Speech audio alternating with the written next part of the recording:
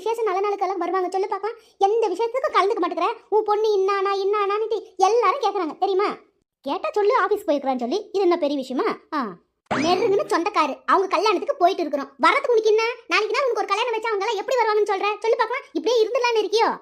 Me சொல்றதை கேளு me. நீ வேற ஆரம்பிக்காத. நீக்கு அர்ஜென்ட் மீட்டிங் இருக்கு மீ. நான் போய் ஆகணும் ப்ளீஸ். உனக்கு அவ்வளோ அக்கறையா இருந்தா பாசம் இருந்தா உன் பையனை கூட்டிட்டு போ. கல்யாணத்துக்கு போய் நல்லபடி முடிச்சிட்டு வா. நான் ஆஃபீஸ்க்கு போயிட்டு வரேன் சரியா? ஏதாவது சொல்லிடுவேன். மரியாதை கையடி தூரப்படி. அவதான் சொல்றால விட. போய் ரெடி ஆகும். 3 மணிக்கு ட்ரெயினா. மீ ஆன்லைன்ல நான் டிக்கெட் எல்லாம் புக் பண்ணிட்டேன். உங்களுக்கு எந்த வேலையும் இல்ல. ஜாலியா போயிட்டு ஜாலியா வாங்க. அதான் உங்க புருஷன் இருக்கிறாரு இல்லையா? அப்புறம் என்ன நாங்க போயிட்டு நிம்மதியா பாத்துட்டு வாங்க. கல்யாணத்துக்கு போகாமலாம் இருந்துடாத மீ. 2 நாள் நிம்மதியா விடு ப்ளீஸ். போயிட்டு நல்லபடியா போயிட்டு வா. உன் பொண்ணு எங்கன்னு கேட்டா அவ ஜாலியா இருக்கா. அழகா வேலைக்கு போயிட்டு அழகா வீட்டுக்கு வரேன்னு சொல்லு சரியா? போயிட்டு வரட்டுமா? போயிட்டு வரமா? போயிட்டு வரேன்ப்பா. சரி மாவுளே, நீங்களும் பத்திரமா இருந்துக்குங்க. நேரத்தோட வீட்டுக்கு வா. உன் தம்பிக்காரனே காலேஜ் விட்டு உடனே எங்க சுத்தத்துக்கு போகாம ஒழுங்கா இருந்து படிக்க சொல்லு சரியா? பத்திரமா இருந்துக்க.